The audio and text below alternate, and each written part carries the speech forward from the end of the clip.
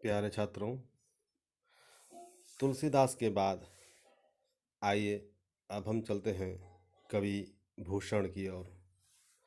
कवि भूषण मध्यकाल के एक महान कवि रहे। मध्यकाल कहने से रीतिकाल की बात मैं कर रहा हूँ। 1700 सन 1700 से सन 1900 के बीच यहाँ उनका परिचय दिया गया है। भूषण का मूल नाम मनीराम या मतीराम था। उनकी उपाधि भूषण थी। वे बड़े पंडित थे। जब ऋतिकाल के कवि श्रृंगार को विषय बनाकर उसी में मस्त थे, तभी भूषण ने शिवाजी, छत्रसाल, हाड़ा आदि राष्ट्रवीरों का यशोगान करके अद्वितीय वीर काव्य लिखा। इसका अर्थ है उस समय प्रायतः कवि श्रृंगार के पीछे पड़े थे। श्रृंगार का अर्थ है सौंदर्य, और खास करके नारी सौंदर्य के पीछे सब कोई कविता लिखा करते थे। उसी वक्त भूषण जैसे कवि शिवाजी, छत्रसाल, हाड़ा आदि राजाओं के शौर्य का वर्णन किया करते थे। भूषण की भाषा जैसे नाचती है। उनके छंद वीर रसपूर्ण, गेय गेय कहने से जो गाने योग्य हो, गीत गाने योग्य हो, और उनकी पंक्तियाँ याद रखने लायक हैं। भूषण मध्यकाल के एक लोकप्रिय कवि थे। तो आइए उनकी कविता की ओर चलते हैं। कविता में उन्होंने लिखा है, सबन के ऊपर ही ठाढ़ो रहीवे के जोग, ताही खरो कियो 6,000 के नियरे, जानी गैर मिसिल गुसिले घुसाधारी मन, किन्हु न सलाम न बचन बोले सियरे। भूषण भनत महावीर बलकन लाग्यो, सारी पातशाही के उड़ाए गए जियरे। तमकते लाल मुख सिपा को निरखी, भय स्याह मुख नौरंग सिपाह मुख पियरे। इस कविता को समझने से पहले हमें यह बात समझनी होगी कि यह कविता औरंगजेब और शिवाजी के बारे में लिखी गई है। आप लोग शिवाजी और औरंगजेब के नाम तो सुने ही होंगे।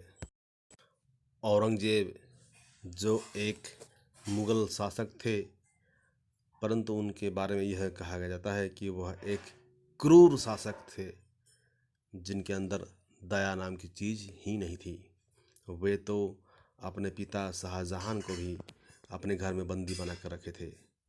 तो हुआ यह था कि मुगल शासक जो औरंगजेब एक बार छत्रपति शिवाजी को भी बंदी बना के ले आए थे, और छत्रपति शिवाजी भी उस समय एक ऐसे महान योद्धा हिंदू राजा थे जिनके सामने बड़े बड़े राजाओं की धैर्य काम नहीं करती थी, और उनके साथ युद्ध करने का साहस भी कोई नहीं कर पाते थे। लेकिन अंत में उन्हें औरंगजेब ने बंदी बना लिया था।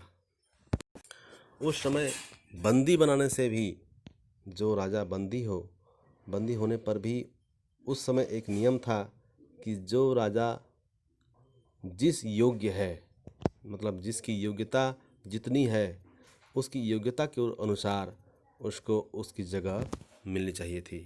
लेकिन औरंगजेब ने शिवाजी को जब बंदी बनाया तो उसको अपमानित करने हेतु उनको उस योग्य पदवी पर, मतलब उस जिस जगह पर उनको रखना चाहिए था उस जगह न रख करके उनको सामान्य लोगों के साथ रखा, जिससे शिवाजी का अपमान और बढ़ गया। और इसी कारण शिवाजी के मन में बहुत गुस्सा आया था। इसी के बारे में भूषण ने यहाँ पर वर्णन किया है। तो आइए अब इस कविता को थोड़ा समझने का प्रयास करते हैं। सबन के ऊपर ही ठाड़ी रहीवे को जोग, सबन के ऊपर ही ठाड़ो रहीवे के जोग। इसका अर्थ है जिसकी योग्यता सबसे ऊपर खड़ा होने के लायक है, जो सबसे ऊपर खड़े होने के लायक है। ताही खरो कियो 6,000 के नियरे, उनको लेकर के खड़ा किया, किसके साथ, किसके पास में, 6 हजारिन राजाओं के पास में। अब प्रश्न उठता है 6 हजारिन राजा क्या है। उस समय जिस राजा के पास 6 हजार सैनिक थे उनको 6 हजारिन राजा कहा गया। जिनके पास 7 हजार सैनिक थे उनको 7 हजारिन राजा कहा गया। तो यहाँ पर जो छत्रपति शिवाजी थे उनके पास तो लाखों सैनिक थे। उनका मान करना चाहिए, उनका सम्मान करना चाहिए था, लेकिन उनको लेकर के 6 हजारिन राजाओं के पास खड़ा कर दिया गया। ये किसने किया? औरंगजेब ने किया। क्यों किया? अपमानित करने के लिए किया। फिर वो नीचे लिखते हैं, जानी गैर मिसिल घुसिले घुसाधारी मन, किन्हों न सलाम न बचन बोले सिया रे। मतलब यह गलत रीति रिवाज है जान करके भी।